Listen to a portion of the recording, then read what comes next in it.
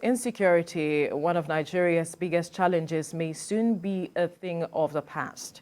President Bola Tinubu, who has started acting on his renewed hope agenda, met with service chiefs on tackling insecurity and crude oil theft in the country.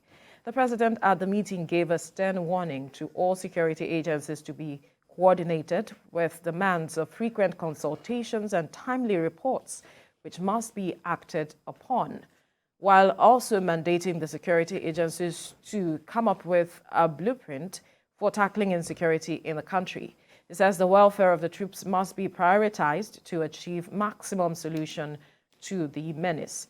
Well, joining us in the studio is a preventive terrorism consultant and president, Africa Security Forum, Timitokwe Olodo. Good morning. Good morning. It's good to see you in person. Thank you. Right. And via Zoom from Abuja is the founder and CEO of Beacon Consulting Limited, Kabir Adamu. Kabir, good morning. Thank you for joining us. Thank you. Good morning. Morning. Right. Let me begin with you, Kabir. What were your thoughts hearing those matching orders from the president? He has said that there has to be some coordination amongst security operatives and all of it. But some Nigerians will say this is not the first time we are hearing matching orders. What makes this different? Frankly, and with all due respect to the new president, nothing. The former president has issued such marching orders. I lost count at a point of how many times former President Buhari gave those kind of orders. And the new government, is also giving the same order.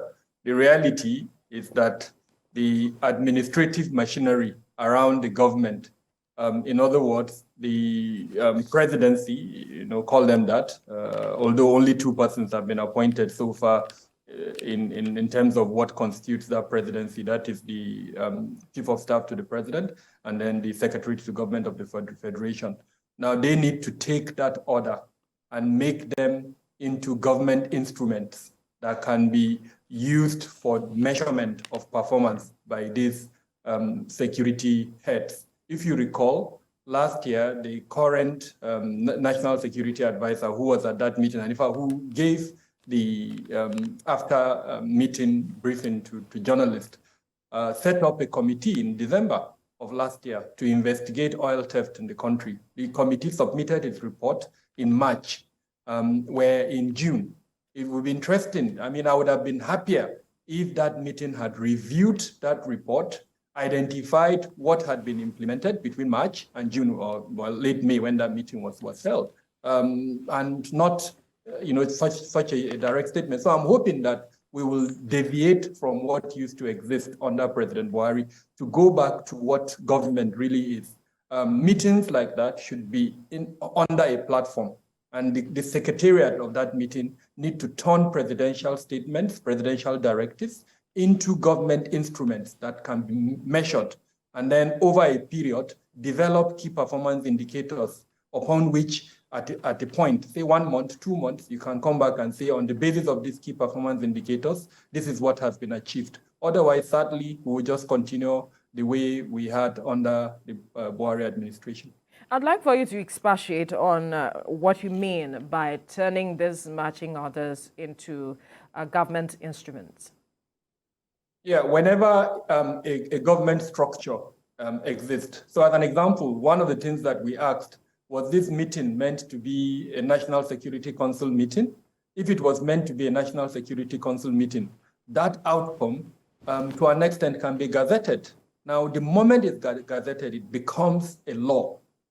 It becomes an instrument upon which you can measure the performance of those that attended that meeting. Otherwise, it's just a meeting. So that's what I mean. There must be a secretariat. There must be an administrative machinery within the presidency that would turn statements like that into government instruments. And by government instruments, I mean, just to give you a very basic example, the president made that statement. Somebody should follow up that statement, pick it up, write, you can call it a tasking order, if it's to the intelligence organization. If it's to the military service chiefs, it could be an operational charter on operational demand. Now that becomes a measurable instrument, which over a period, let's say the Chief of Staff to the President or SGF, Secretary to Government of the Federation, can follow up, perhaps through the Permanent Secretary, PSO, or any of the other administrative machinery within the presidency, and develop key performance indicators. Now, in one of the directives by Mr. President, he said he wanted oil theft to be ended.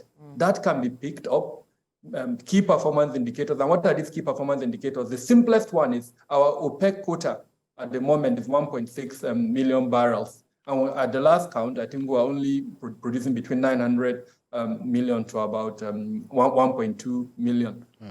So how, for key performance indicators will be, as an example, at the end of July, our production quota increases to 1.5. And then I would know that oil theft has been reduced. We're able to produce to the extent that we're meeting our OPEC quota. If, however, at the end of that period, we're still at 900 million, then something is wrong there. We would know clearly that the key performance indicators have not been met. So that's kind of what I mean. There must be some form of metrics for measuring performance within the security sector, as against what exists at the moment.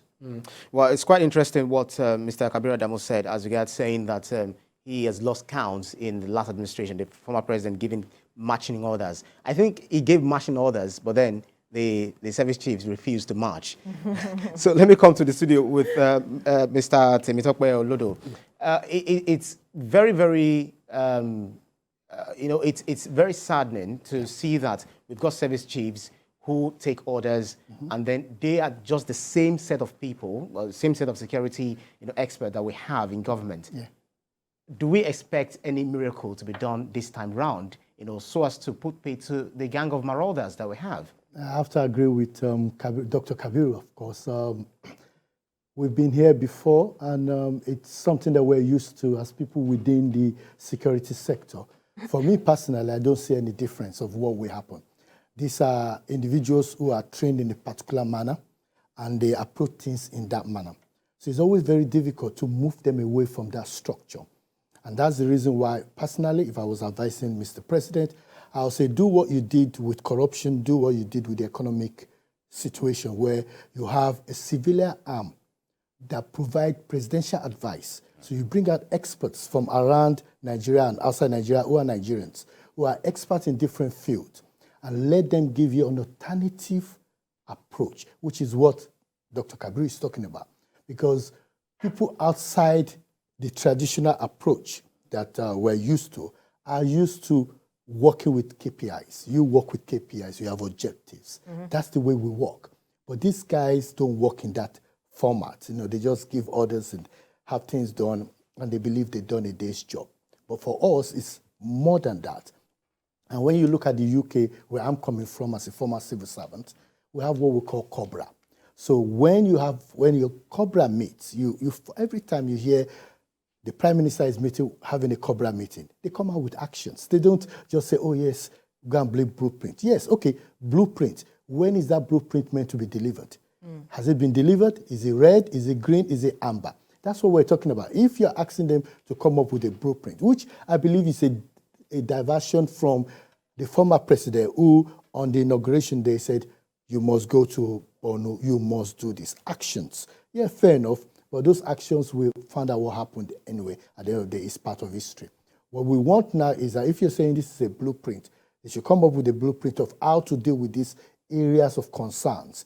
Then what we're hoping for is that within the next 4 weeks, they come up with those actions, actionable plans, and that every one of them is working to those plans, and Nigerians know those plans. So we know when they fall short. Believe you me, if just like we're talking about, the number of crude oil, the theft, as we know, is over 16 trillion over a period of 11 years. We're talking of over 1 million barrels lost. I want this reduced from 1 million to 500,000. Now, even if they don't meet that target of 500,000, if they bring it down to 400,000, do you know the amount of oil revenue we'll get from that? Then we'll be able to pat them at the back and say, you've done a good job. At least these are the things that you've not done right. But what we're seeing now is more of a talking shop, where you come in, you have those sound bites, you throw them out, and that's the end of it. Nothing else happened. We just wait for the next news that covers it up. We need to move away from that. The new president needs to realize that Nigerians are expecting safety and security to improve. Absolutely. And perception, because perception of Nigeria around the world is a big problem. So if, for example, we're number 3 in the world in terms of global index, what I want Mr. President to say is that by the next quarter when we're having our meeting, I want us, in terms of ranking, to have moved to number 8. So that we're moving, so that at the end of this administration, the next 4 years, when the president is going to stand, he'll be saying, we were number X in the global index, terrorism index. We are now number 15.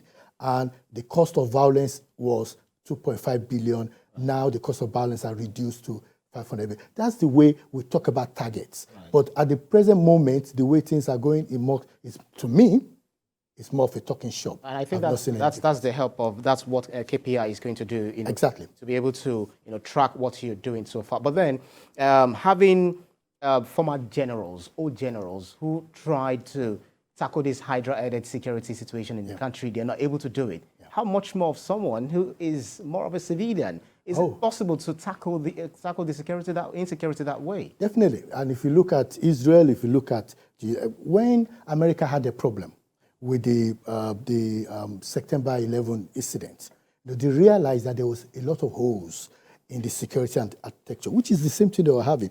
There's nothing happening here that has never happened anywhere in the world. And what they did, they created what they call the Office for the Coordination of Terrorism Challenges. When the UK had the same incident on 7th July, where there was a London bombing, they created what they call the Office for Security and Counterterrorism, OCGR. That was where I worked. I was the first Nigerian to work in that field. And then they put up a template. This is a blueprint of what we want to do. They brought everybody together and they had their KPIs. That's the way to go. Now I know they created a center, a fanciful center. It's not about building houses. It's about having the system in place to be able to measure what you're doing, and set your smarter objective. What are the smart objectives? How do you measure it? How actionable are they? How timely are they? Those are the kind of things we're talking about. And then you evaluate it and review it. But what we don't have any of that. And that's the problem that we have at the moment. If you bring in, there are a lot of people out there that are very good with computers, the likes of the Microsoft, the like of the Facebook guy. But as we speak now, the head of the Facebook or the owner of Facebook is not coming out to say, oh, I was the one that created Facebook, so I'm the one that can manage it. Because he knows that there are little boys of 15 and 16 that could do that job better. You are a general, I agree, and I salute you. But you do not have the skill set, unfortunately, for what is happening right now. This is now a global game. And that's the reason why most of the generals we have are not equipped for the task ahead. Now, if you have, when we have a problem with corruption, the president created a presidential committee, brought in all the professors and all the experts, and decided advising the president on what to do, how to do it, what kind of policies to put in place. You saw a difference in the corruption, even though it's not been finished, but at least it's a work in progress. The same thing with the economy. You brought in former CBN governors, former this. Now, what you need to do, we have problem with cybercrime, we have problem with kidnapping, we have problem with banditry. You need to bring in experts, people that have worked in this field, and they're experts. They're not going to sit down there and say, oh, Mr. President is beautiful. They're going to tell you, Mr. President, if you could do A, B, C, this is what the result will be. Of course, they will not have access to secretive information, but what they do have is global benchmark of how things need to be done better. And they will tell you, we have a lot of professors in Nigeria here who have studied this thing, who have looked at what people are doing around the world, and they are advising people and they know what to do better. What I will say to Mr. President, if you want to continue the same way President Buhari continued, go on with your traditional generals. And we're all here and we'll have this meeting again. But if you are really serious about improving things, bring in a group of experts together, lock them up and say, I want a blueprint. Then let them tell you what they believe is the way forward. And then pass that document to your generals and say, actually, this is how I want us to move forward, and put the KPIs there. If you don't do it that way, we're still going to come back in another 4 years and talk about this. Right. Well, he has ordered that blueprints be put together by those currently on the ground now. And Kabir, I'm wondering what you expect to be seen in that blueprint. Well, national security involves several components, and the beauty is that we have a national security strategy that was revised and, well, as it were, launched in 2019. And that strategy promised a paradigm shift from the state-centric approach to security to modern and global standard in security, which is human security. In other words, improving the dignity and the protection of the lives and property of the average Nigerian, as against the focus on protecting instruments of the state, mainly government officials. So in other words, aspects around food security, aspects around health security, issues around cybersecurity, technology that has come up, and so several other components of human security. But the idea of human security is improving the dignity as well as the protection of the lives and property of every Nigerian, irrespective of his or her status, as well as elements around civil rights and name them. So you could also interpret that to say the democratization of security.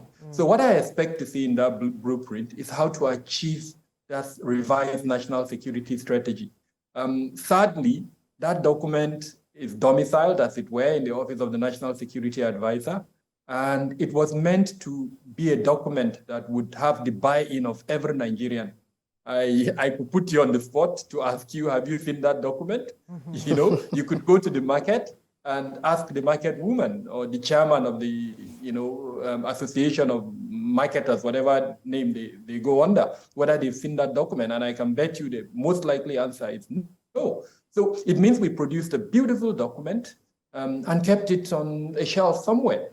So what I hope to see in that blueprint is an implementation mechanism that would allow us to achieve the objective stated in that document. I have gone through that document. It's a beautiful document. It's a document that represents the aspiration of every free-thinking Nigerian that wants to see a developed a country where every individual feels protected. Sadly, like I said, that document was not implemented. So we don't need to reinvent the wheel.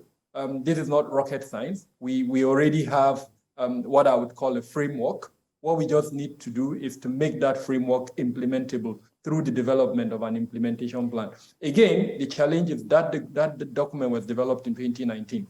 The philosophy behind that document is that after every 5 years, we need to revisit that document. So 2019 to now is, I think, 4 years. That means very soon that document is meant for revision. So we need to play catch up. Just to give you an example, I'll just mention 2 key areas that sadly were not contained in that document that are already due for visit by the Nigerian security structure, as it were. Number 1 is the issue of cybersecurity. I wish we had time. I would have explained to you what the Nigerian security structure currently looks like. And sadly, you could just quickly touch on it. All right. There are about 7 to 8 coordinating elements within the security structure. You have the Office of the National Security Advisor, which everybody knows about. Then you have the several ministries, Ministry of Defense, Ministry of Interior, Ministry of Police Affairs. And then, of course, you have the Office of the Secretary to the Government of the Federation, and then the Chief of Staff to the President. Now, all of these are coordinating elements within the national security structure. You can when you pick the issue of cybersecurity, apart from the Office of the National Security Advisor that developed a national plan on cybersecurity, we do not have a structure that is mandated for handling cybersecurity issue. Under that plan, we were supposed to create a commission. That is still, in the making. It's not yet done. We have a Ministry of Digital Economy that has several elements of cybersecurity, but believe me, and this you can check this as the media, none of the agencies within the national security structure admits that the Ministry of Digital Economy can play that role. So we have a huge yawning gap where cybersecurity is growing, it is challenging our economy, but we are not addressing it from a security perspective. The second one is unmanned aerial vehicles. At the moment, we're approaching, the proverbial ostrich manner, where we, as they say, when the ostrich sees danger, it digs a hole and then it covers its head, while the whole body, as big as it is exposed. So every agency of government is buying unmanned aerial vehicles, but we do not have, as it were, a coordinated approach to the usage of those unmanned aerial vehicles.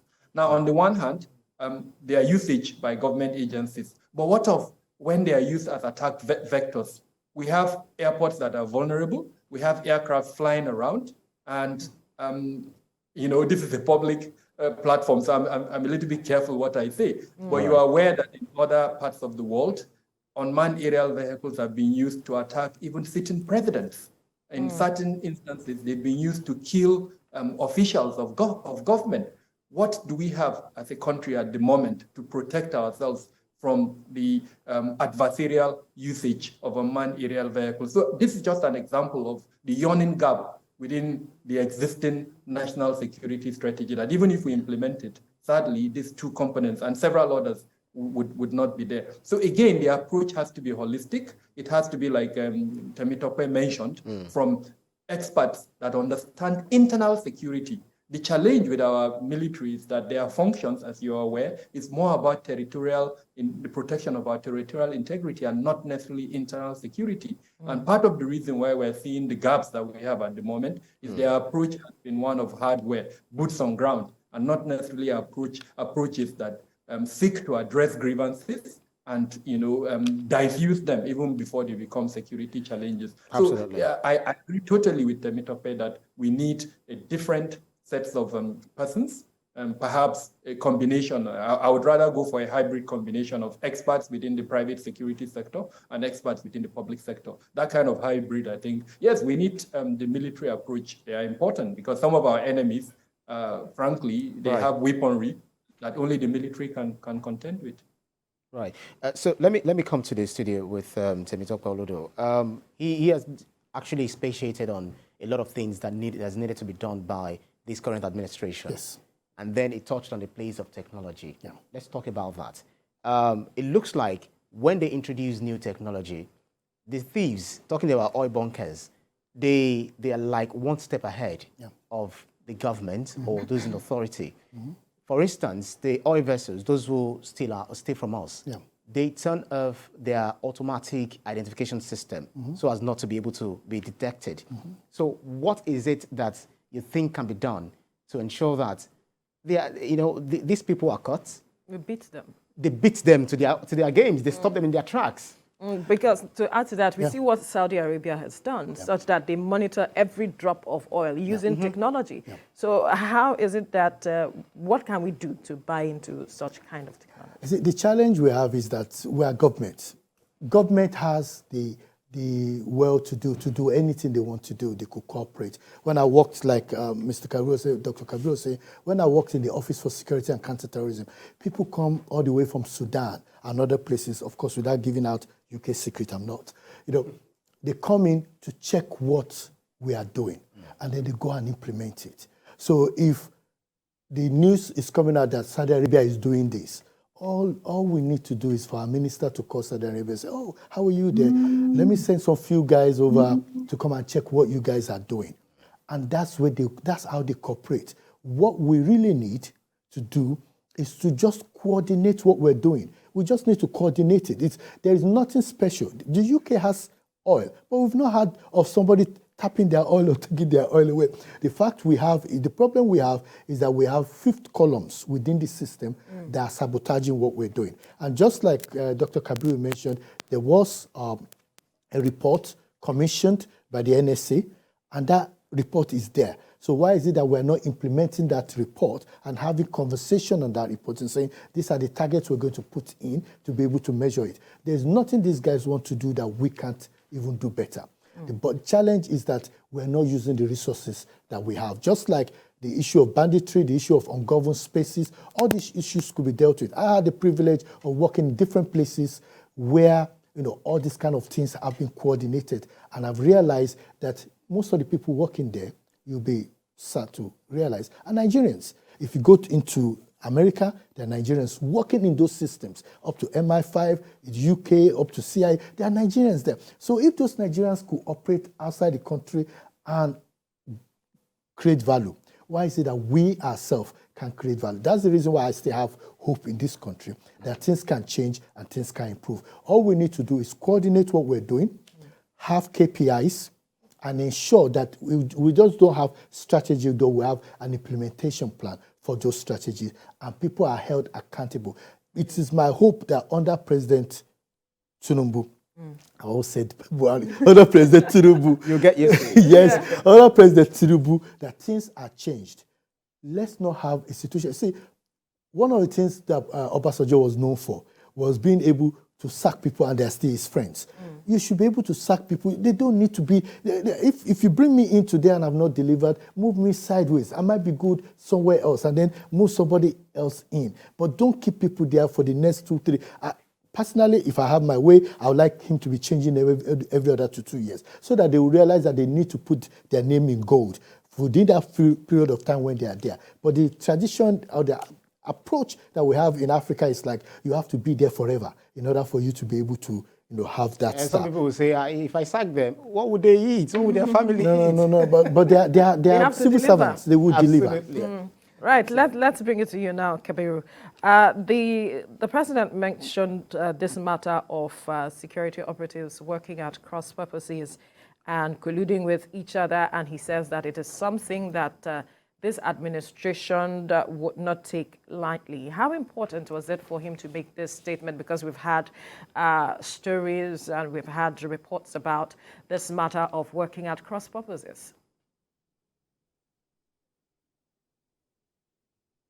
It was welcomed by a semblance of what would be happening if he doesn't address the 3 C's of security, which is collaboration, coordination, and cooperation.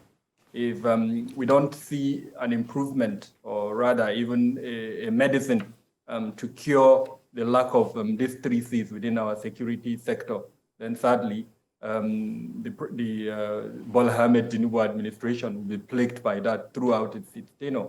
And you recall that in its first few days, I think probably in the second day or even the first day of this administration, the SSS, the State Security Service, and the EFCC in Lagos had an altercation where the SSS prevented the EFCC from accessing their office.